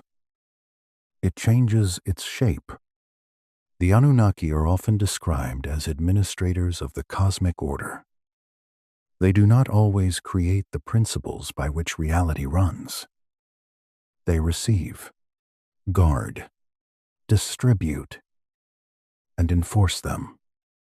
The Sumerians called these principles the Me, a word that is difficult to translate because it holds too much. The Me can be divine decrees, powers, offices, arts, social institutions, patterns of civilization, kingship, priesthood, craft, music, writing, sexual power, judgment, truth, falsehood, lamentation, and joy can all be counted among such ordered forces in different traditions. That list feels strange to a modern ear. We like our categories neat, but the Sumerian world placed the shape of civilization itself among divine powers. The ability to build a city, write a tablet, sing a hymn, rule a people, judge a case, brew beer, or perform a rite was not merely human technique. It was part of a sacred ordering of the world. One famous myth tells of Inanna going to the watery realm of Enki and receiving, or in some versions, taking, these powers of civilization. The story is playful and serious at once. Inanna is clever, radiant, dangerous, charming in the way storms can be charming from a safe window. Enki is wise, deep, associated with fresh water beneath the earth, with craft and intelligence. Between them, the Me move. Civilization is not invented in a workshop alone. It is transferred, guarded, won, stolen, bestowed, carried. You can hear why modern readers pause there. Knowledge coming from a divine source. Civilization as a package of powers. Gods who govern technical, social, and cosmic systems. If a person is already looking for a memory of ancient teachers, the myths seem to lean toward them. But myths lean in many directions. A myth can encode the authority of a temple city. It can explain why certain arts belong to certain gods. It can dramatize rivalry between cult centers. It can teach that human civilization depends on forces beyond pride. It can preserve memory. It can do all of these at once. The Anunnaki and flood stories are especially haunting. In the Atrahasis tradition, the gods create humans to bear labor. The lesser gods, often called the Agigi, tire of their work. Humanity is formed, and for a time the system functions. Then humans multiply. Their noise disturbs the divine order. Enlil, restless and severe, seeks to reduce or destroy them. Enki, wise and sympathetic, finds a way to warn Atrahasis, not by speaking directly in some versions, but by telling a wall.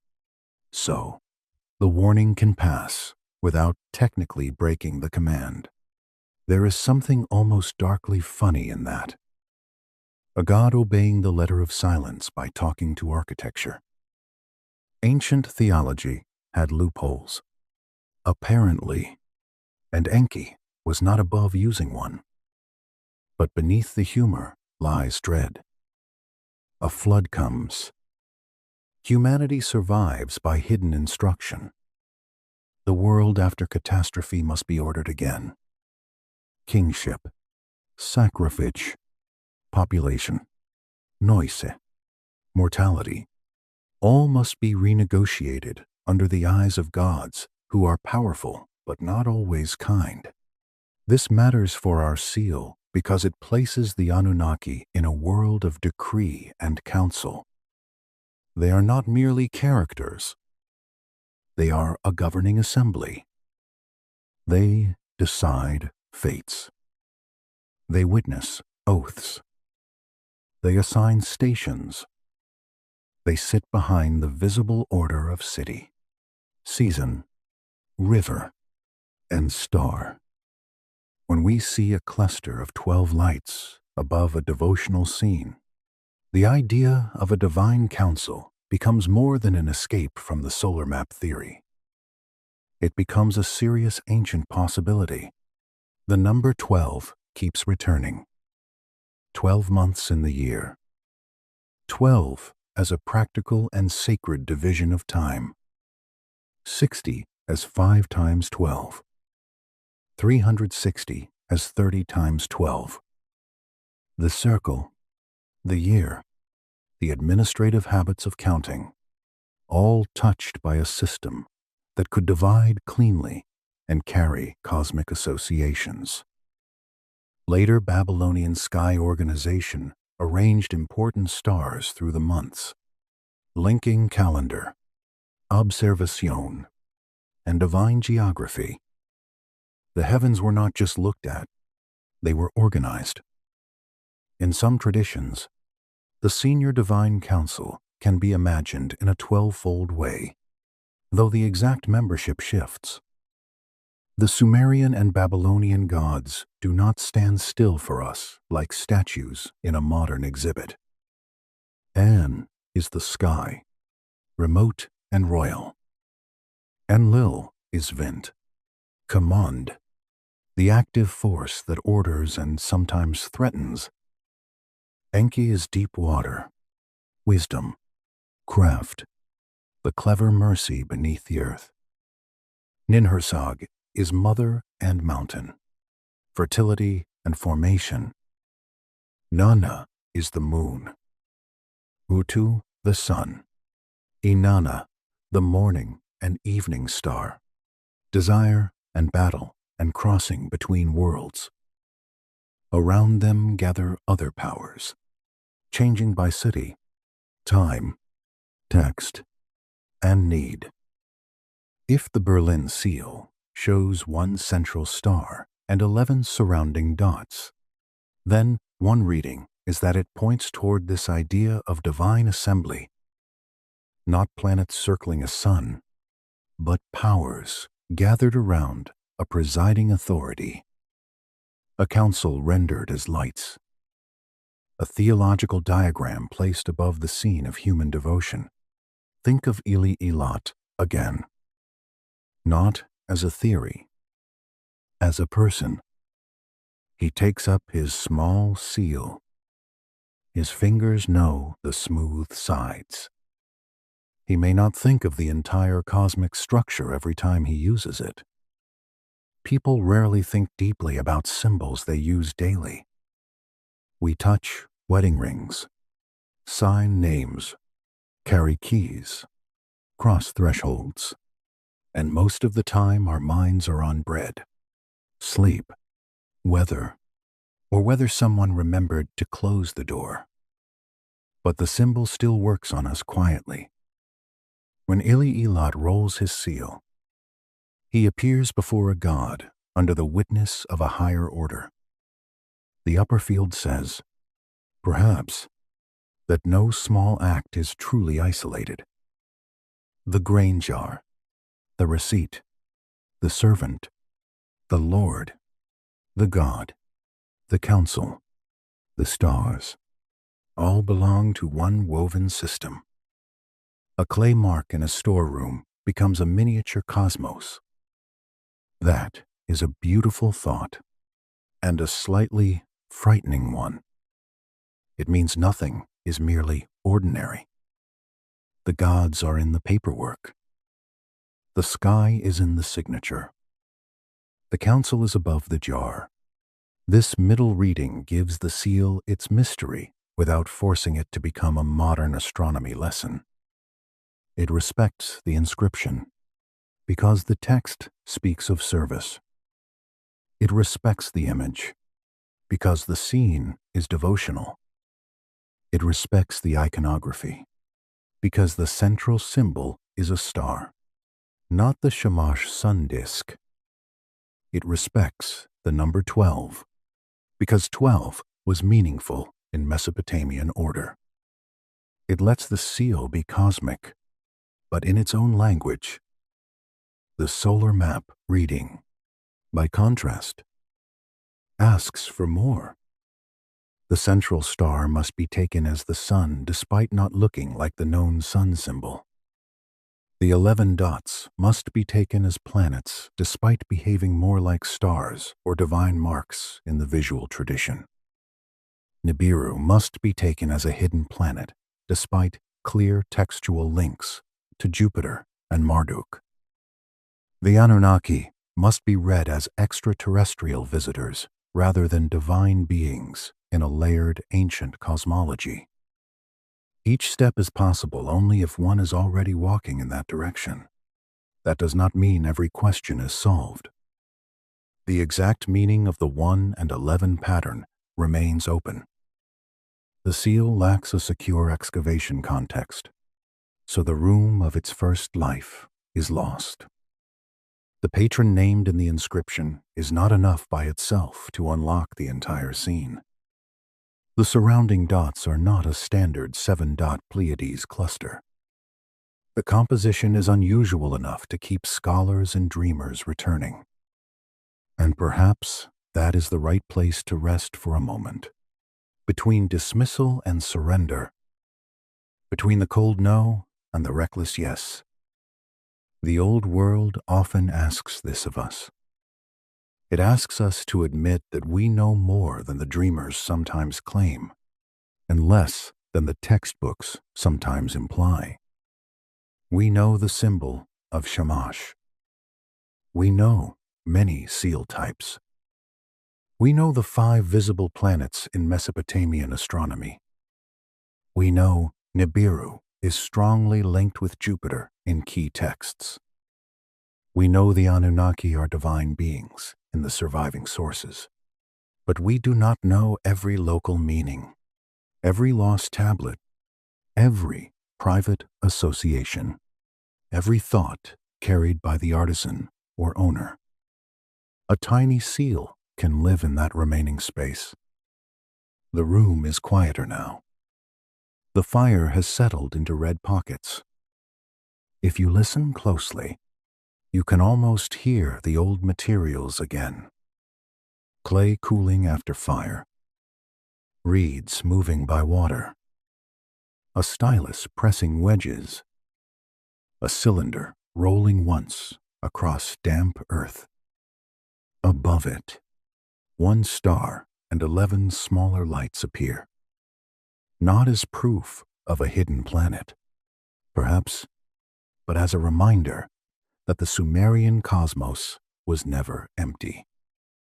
It was governed, counted, sung, feared, served, and the number 12, still glowing faintly at the edge of the seal, now begins to widen beyond the object. It moves into calendars, circles, months, divine ranks, and the strange survival of ancient counting inside our own modern hours. The little cluster in Berlin is not finished with us yet.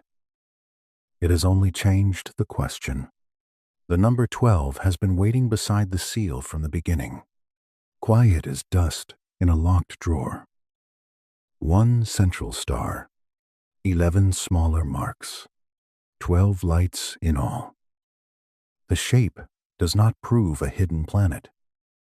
It does not prove that Nibiru was a lost world. It does not prove that the Anunnaki came from somewhere beyond the known sky. Yet the number does not feel empty either. In Mesopotamia, 12 was not a casual number drifting through decoration. It belonged to time, order, calendars, counting, and the way people imagine the heavens. The old Base 60 system still touches your room tonight. 60 seconds in a minute. 60 minutes in an hour. 360 degrees in a circle. These are small inheritances from a world of clay tablets, scribal schools, and patient counting. Every clock carries a little Mesopotamian shadow. Every circle remembers an old way of dividing space. That is why the upper corner of VA 243 remains interesting, even when the solar map theory becomes weak. 1 and 11 make 12. A central sign and a surrounding group create a feeling of order. Something presides. Others gather. The eye senses a council before the mind can name it. If the central symbol is a star, as the visual evidence strongly suggests, then the smaller dots may be stars too. Or they may be divine markers. Or they may represent a heavenly assembly. This is where the middle reading becomes so tempting. Not a map of planets around the sun, but a sacred diagram of divine order. A presiding power, surrounded by 11 others. A council in the sky above a human act of devotion. Picture the owner of the seal, Ili Ilat, standing in a room that smells of clay, straff, oil, and warm brick. A jar is ready to be sealed. A tablet wet. He takes the dark green cylinder in his hand. It is familiar to him, smooth from use. He lowers it to damp clay and rolls it forward. The image appears slowly. A seated god. Standing figures. A name of service. A star and 11 smaller lights above. To the people near him, it may be ordinary. Someone may be thinking about grain. Someone may be hungry. Someone may be annoyed that the work has taken too long. Ancient life was sacred, but it was also full of small, practical irritations. The gods may be watching, but the barley still has to be counted. And yet, the image is solemn. The act of sealing becomes more than paperwork. It places a human servant beneath divine order. It says that the jar, the tablet, the name, the god, and the sky all belong to one woven world. This is the strongest, softer mystery of the seal. It may not show a solar system. It may show a cosmos. The mainstream reading remains the safest ground. In that view, VA 243 is an old Akkadian devotional administrative seal. It belonged to Ili Ilat. Its inscription names service. Its scene shows a worshipper being presented before a deity. The upper symbol is a star, not the sun. The dots are probably stars, a cluster, or symbolic divine signs. This reading fits the inscription, the style, and the wider tradition of cylinder seals. The Divine Council reading stays close to that evidence, but gives the number 12 more weight. It says the upper field may not be random. It may be a small image of heavenly government. The Anunnaki, or the senior gods, are often imagined as an assembly that decrees fate and orders the world. The exact numbers shift across texts, because ancient religion was alive and changing. Still, the idea of divine council is strong. A group of powers gathers above the human scene. The boldest reading is the one that made the seal famous. It says the central star is the sun. The 11 dots are other bodies in a 12-part solar system. One of them is Nibiru. The Anunnaki came from that world, or carried knowledge of it. The seal becomes a hidden diagram, a lost scientific memory pressed into clay. It is a dramatic story. Honestly, it is easy to understand why people remember it. A tiny stone in Berlin, a pattern of 12 lights, a civilization that rose with startling brilliance, gods who bring knowledge, a word that means crossing. The pieces fit so neatly that the imagination wants to close its hand around them. But neatness is not proof. The solar map reading asks for many difficult steps. It asks us to read a star as the sun, even though Mesopotamian artists had a different symbol for the sun god Shamash.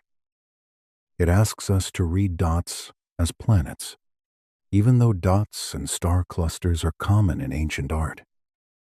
It asks us to read Nibiru as a hidden world, even though key texts connect it with Jupiter or a crossing station of Marduk. It asks us to give the Sumerians knowledge of outer planets, even though the surviving astronomical record shows the 5 visible planets. Still, the seal should not be mocked. It has survived too long for that. A careful answer does not have to be a cold answer. The stone remains unusual. The 1 and 11 design remains striking. The number 12 keeps glowing in the corner like a coal under ash. So we let 3 readings sit beside the fire. The first says the seal is a devotional object. The second says it may be a divine counsel in miniature. The third says it is a solar map from a lost knowledge tradition. One is strongest by evidence. One is possible and beautiful. One is speculative, but powerful as modern myth. And in the quiet between them, the seal keeps its silence.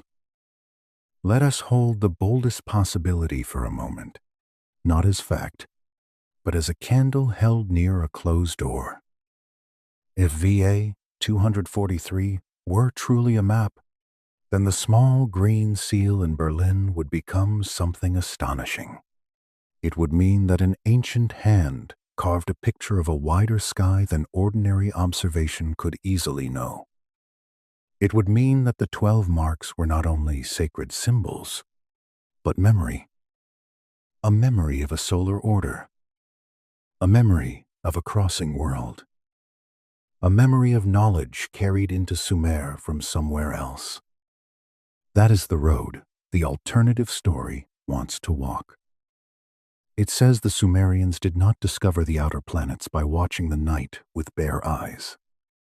They received knowledge from the Anunnaki, from Nibiru, from an older people, from a forgotten world before the remembered world. The seal then becomes a fragment left behind, small enough to overlook, strange enough to disturb.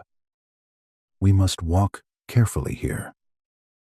Speculation can be beautiful, but it can also become a soft fog that hides the ground.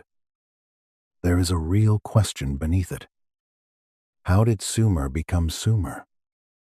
Not all at once, not by magic, not without earlier cultures and long human effort. Yet the rise is still remarkable. Cities grew from the plain. Temples organized labor. Writing appeared. Mathematics became powerful. Myths took shape. Clay became memory. The people of the Riverland built a civilization from mud, water, counting, and will. Mainstream history gives strong explanations. Irrigation required cooperation. Food surplus supported specialists. Trade brought stone, metal, and timber from far places. Temples gathered wealth and labor. Rival cities pushed one another toward more complex systems. Human beings under pressure can become astonishingly inventive. But the old stories add another layer. The Sumerians often imagined civilization as something ordered by the gods. Kingship descended from heaven. The Me, the sacred powers and principles of culture, were held by divine beings. Wisdom came from Enki, lord of deep fresh water, craft, cleverness, and hidden knowledge. In some traditions, sages stood near the beginning of civilized time, bringing order, rights, and learning to human life. Those sages, known later as Apkallu, feel especially haunting. They are connected with wisdom before the flood. Sometimes later art gives them strange forms, part human, part fish-like, moving between water and land. They belong near Eridu, the old city of Enki, where the deep water of the Apsu gathers in myth like darkness beneath a temple floor. They do not need to be astronauts to be uncanny. A figure rising from sacred water with knowledge for humankind is already mysterious enough. The ancient world did not need metal ships to imagine descent, transmission, and hidden wisdom. It had rivers, depths, dreams, gauze, and floods. The flood matters. In Mesopotamian memory, the flood is a boundary. Before it, kings reign for impossible spans. Sages serve early rulers. Cities stand under divine order. Then water comes. Afterward, kingship descends again, and the world resumes. But changed.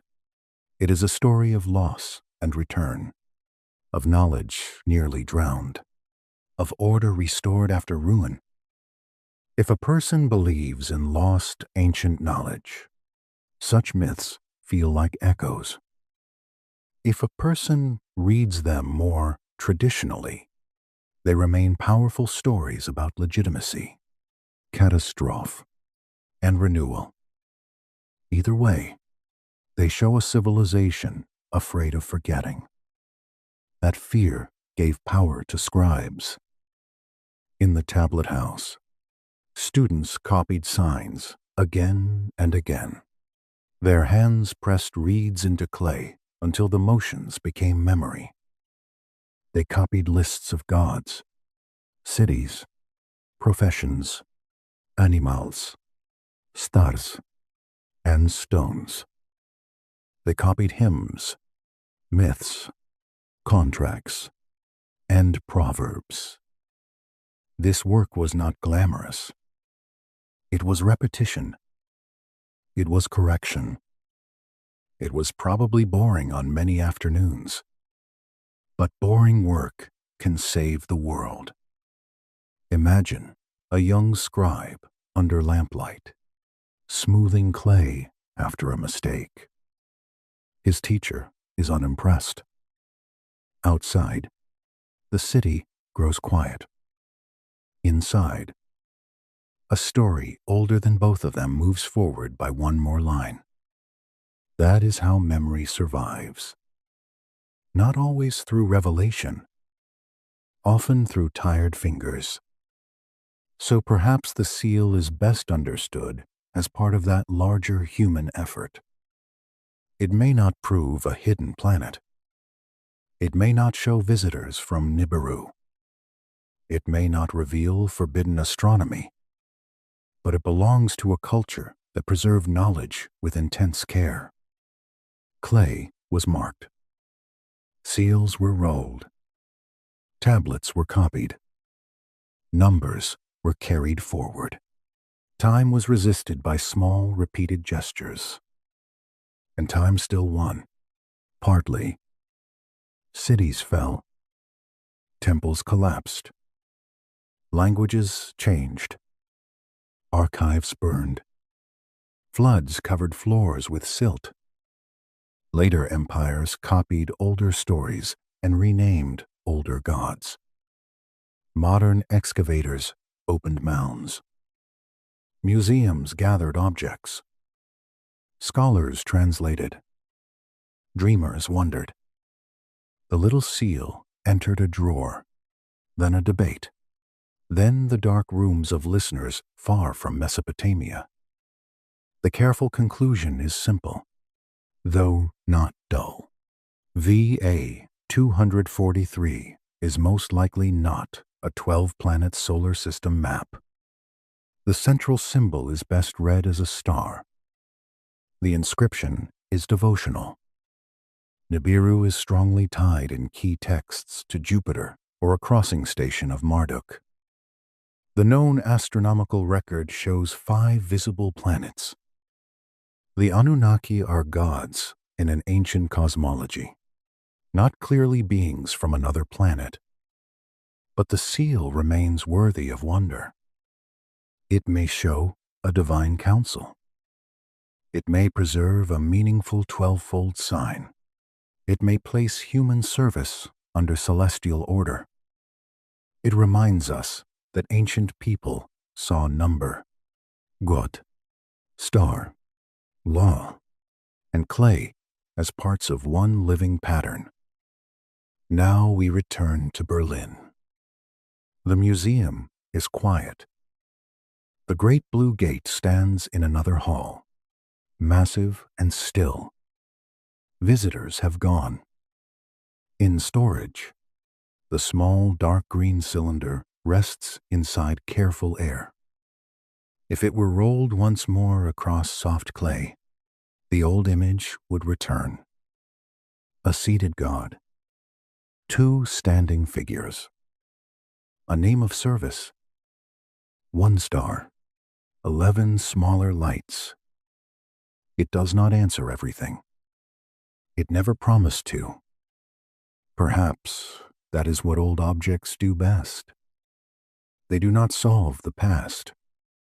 They keep a doorway open. They teach patience. They remind us that every map is made by someone standing in darkness, trying to place the lights in order. Let Nibiru become a crossing again. Let the Anunnaki return to their tablets. Let Ili Ilat roll his seal one last time in the quiet of the mind. The clay receives the image. The hand lifts away. The mark remains. And in the drawer in Berlin, the little stone sleeps. Good night.